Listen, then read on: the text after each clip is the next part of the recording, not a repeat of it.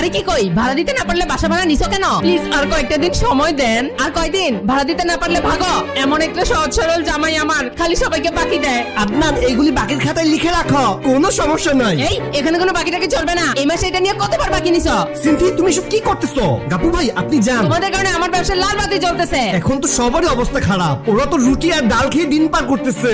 প্রতিবেশী হিসাবে একটু তো হেল্প করাই যায়। তুমি আগে নিজের পেটের কথা ভাবো। ওদিকে বাসা ভাড়া বাকি, যার থেকে মাল কিনি সেও টাকা পাও না। দোকানে বাকি লম্বা লিস্ট, দোকানের ভাড়াও তো দিতে পারতেছি না। কামাই তো এমনিতেই কম, তুমি খালি মানুষকে সারাদিন মাগনা জিনিস দাও। এভাবে সংসার চলে? আদনান, আপনার স্বামীর পাকস্থলী ক্যান্সার, তাড়াতাড়ি চিকিৎসা করলে বাঁচার সম্ভাবনা আছে। বাসি খাবার খাওয়ার কারণে আমার এই অবস্থা হয়েছে।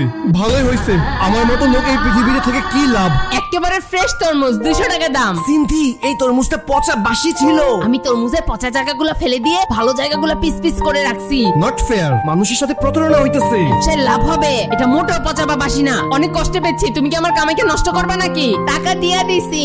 ধন্যবাদ ম্যাডাম। আমি এই অন্যায় হতে দিব না। এক্সকিউজ মি আপা, আমার মনে হয় তরমুজটা ভালো না। আমি আপনাকে নতুন একটা তরমুজ দেই, এই নেন। ধন্যবাদ। তাইলে এগুলা কি, এগুলার কি হবে? এখন থেকে দোকানের পচা বাসি খাবারগুলি আমি খাবো, এইগুলি কাস্টমারকে দেওয়া যাবে না। আজকে আমার কারণে তোমার এই অবস্থা, আমি দায়ী। অযথা নিজের উপর দোষ দিও না।